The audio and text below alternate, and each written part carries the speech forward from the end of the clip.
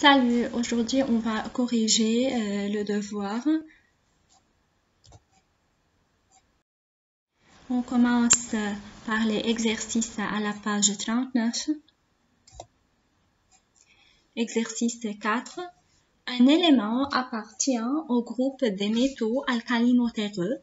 Il est localisé dans la troisième ligne. Partie A.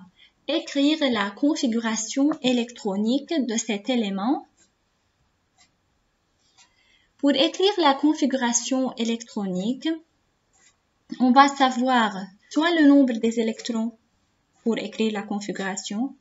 Sinon, par exemple, dans cet exercice, on ne sait pas le nombre des électrons, mais on sait à quel groupe et à quelle ligne appartient cet élément. Alors, on peut écrire une configuration électronique. Il a dit que cet élément appartient au groupe des métaux alcalino-terreux. Alors, c'est quel groupe? Métaux alcalino-terreux, c'est le groupe 2.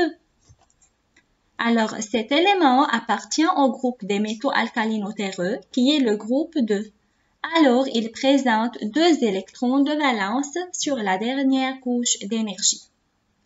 Et comme il est localisé dans la troisième ligne, alors il possède 3 couches d'énergie et par suite sa configuration électronique sera K2L8M2. Partie B. Identifier son nom et son symbole. Maintenant, pour savoir le nom et le symbole, on va revenir au tableau périodique.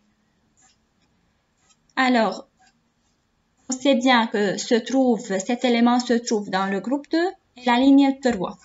On passe au tableau périodique, c'est le tableau périodique. Où est le groupe 2? C'est le groupe 2.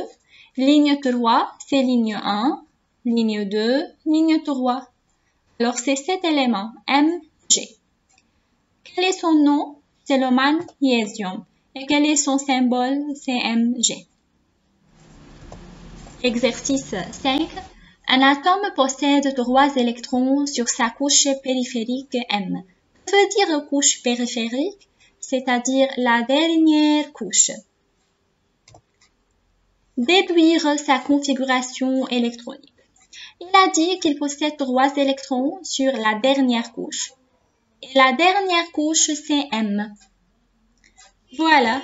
Alors, sa configuration, c'est K2L8M3. C'est la dernière couche M. Il présente 3 électrons. Partie B. Déterminer sa position dans le tableau périodique.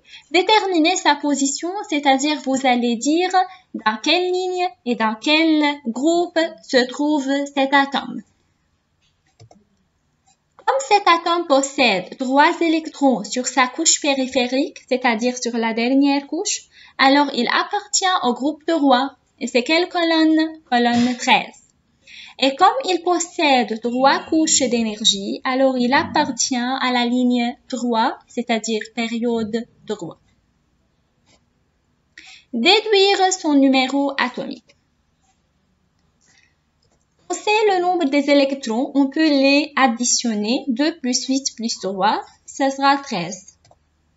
Et dans un atome neutre, le nombre des électrons est égal au nombre des protons, est égal au numéro atomique, par suite est égal à Z, est égal à 13.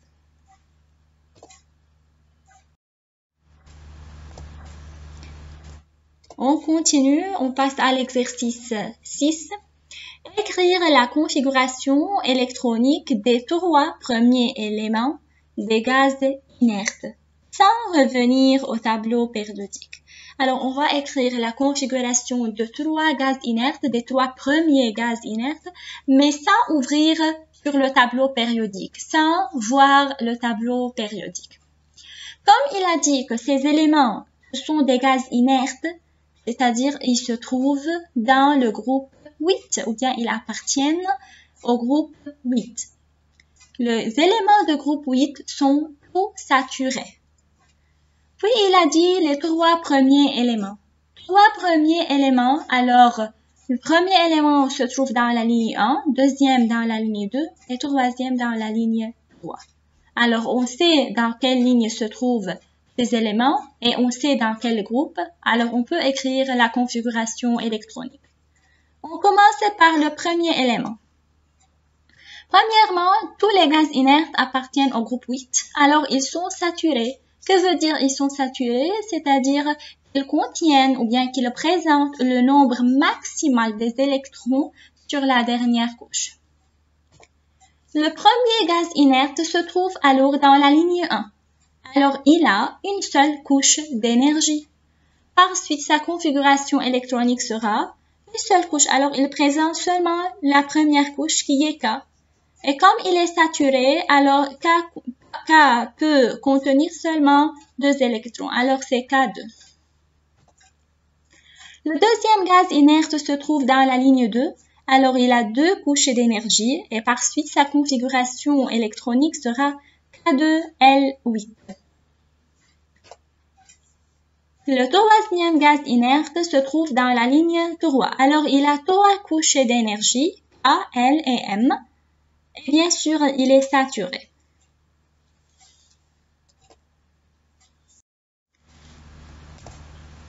Maintenant, exercice 7. Partie A. Le disulfure de carbone est un liquide incolore, facilement inflammable et volatile. De formule TS2. Ce composé est fréquemment utilisé comme un bloc de construction en chimie organique ainsi que comme solvant industriel et chimique. De petites quantités de disulfure de carbone sont libérées par les éruptions volcaniques et les marais. CS2 a été fabriqué en combinant du carbone et du soufre à haute température, selon la réaction suivante. CH4 plus S8 donne CS2 plus H2S. C'est la première équation. On a comme donné le carbone C12, 16, S32, 16 et H11. Comme vous savez, le nombre qui se trouve en haut, c'est le nombre de masse et le nombre qui se trouve en bas, c'est le numéro atomique. On passe à la première question.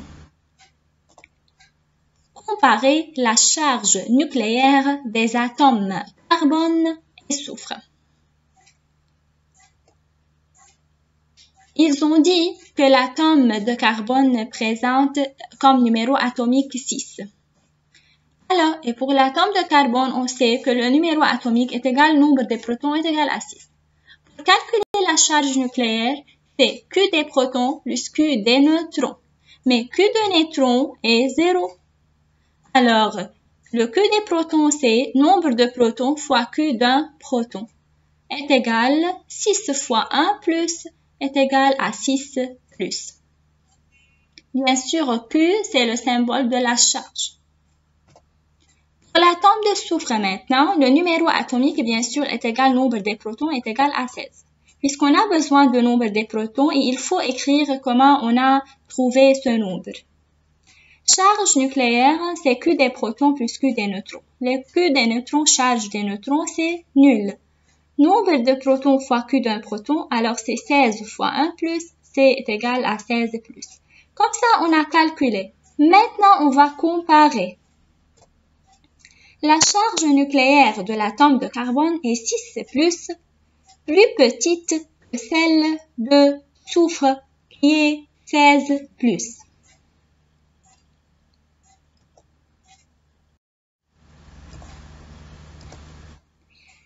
Écrire les configurations électroniques de carbone, soufre et hydrogène.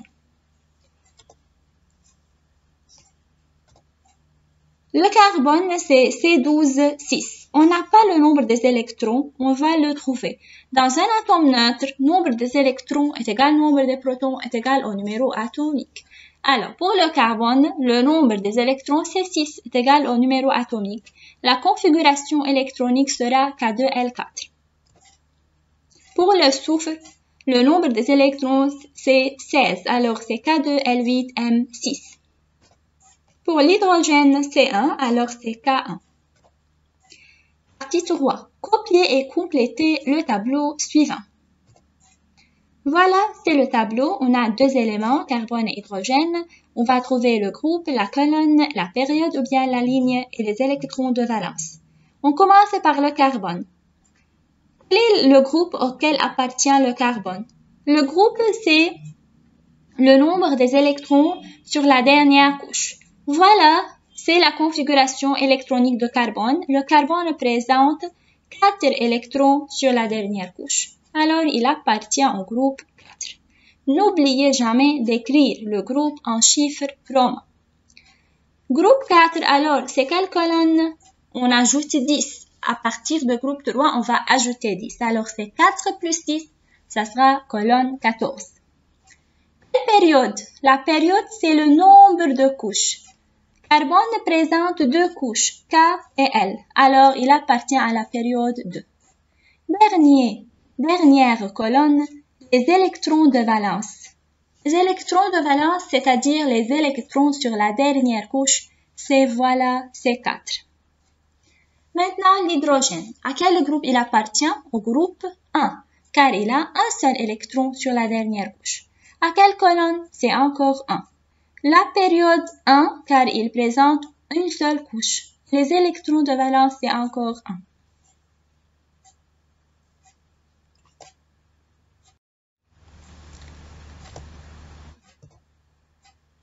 L'élément de silicium Si et l'élément carbone sont dans le même groupe, ou bien colonne, du tableau périodique.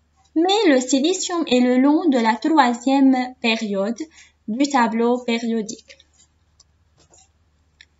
Choisir parmi les configurations électroniques données ci-dessous celle de l'atome de silicium et justifier votre réponse.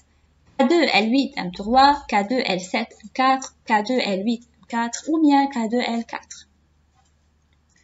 Pour savoir quelle configuration électronique, on va voir le groupe et la période. Il a dit que silicium se trouve dans le même groupe que le carbone. Quel était le groupe de carbone? Le groupe de carbone était 4. On a déjà trouvé dans la partie précédente. Le groupe de carbone est 4. Alors, le groupe de silicium est encore 4. Alors, il présente 4 électrons sur la dernière couche. Alors, il peut être cette configuration ou bien cette configuration. Il se trouve dans la ligne 3. Il a dit le silicium est le long de la troisième ligne. Alors, il présente 3 couches d'énergie. Alors, K, L et M. Alors, on a deux choix. K2L7M4 ou bien K2L8M4. Bien sûr, on va choisir K2L8M4. Pourquoi? Car dans cette configuration, L présente 7, n'est pas saturée. Est-ce qu'on peut mettre sur la couche L 7 électrons et puis passer à une nouvelle couche? Non, jamais. Il faut mettre ici le nombre maximum pour passer à une nouvelle couche. Alors, cette configuration est incorrecte. La configuration correcte est K2L8M4. Et voilà comment on doit écrire.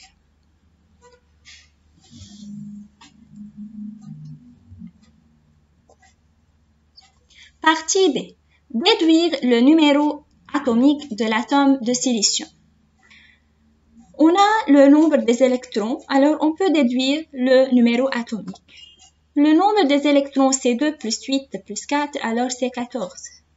On va additionner le nombre des électrons de la configuration électronique. Dans un atome neutre, nombre des électrons égale nombre des protons égale numéro atomique égale 14.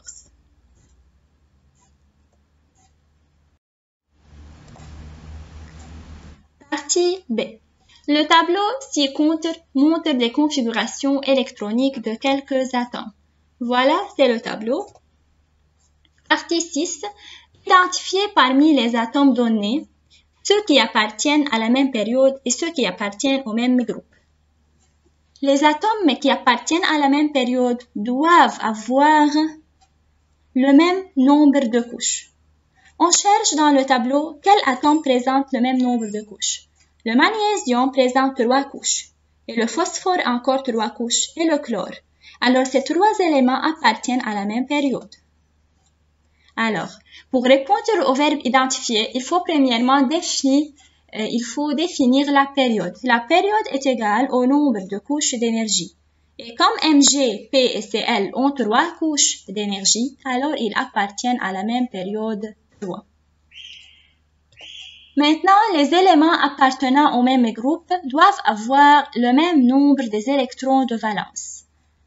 Le fluor présente 7 électrons de valence et le chlore encore 7 électrons de valence, alors ils appartiennent au même groupe, qui est le groupe 7.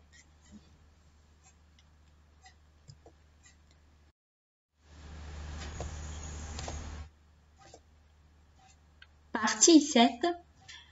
Sachant que K est le 3e métal alcalin, trouvez son numéro atomique. Comme c'est un métal alcalin, alors il se trouve dans le groupe 1. Et comme il est le 3e métal alcalin, alors il se trouve dans la ligne 4. Pourquoi la ligne 4 et pas la ligne 3? C'est le 3e. Puisque c'est le 3e métal alcalin. Et on sait que dans le groupe 1, la première ligne renferme l'hydrogène. Et on a dit que l'hydrogène n'est pas un métal. Alors quand on commence à compter les métaux alcalins, on commence de la ligne 2. La ligne 2, c'est le premier métal alcalin. La ligne 3, c'est le 2e métal alcalin. Alors, ligne 4 est le 3e métal alcalin. Donc, A est le 3e métal alcalin, alors il appartient au groupe 1 et à la ligne 4. Et par suite, il a 4 couches d'énergie puisqu'il se trouve dans la ligne 4 et un électron de valence puisqu'il se trouve dans le groupe 1. Alors, sa configuration sera A2L8, M8, N1. Le nombre des électrons, on va additionner les électrons, ça fera 19. Et dans un atome neutre, le nombre des électrons est égal au nombre des protons, égal numéro atomique, égal 20.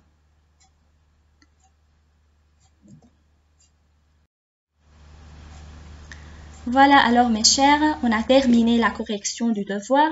S'il vous plaît, corrigez vos devoirs et ne s'inquiétez pas si vous avez des erreurs. Les erreurs sont la preuve que vous essayez de travailler. Merci pour votre attention.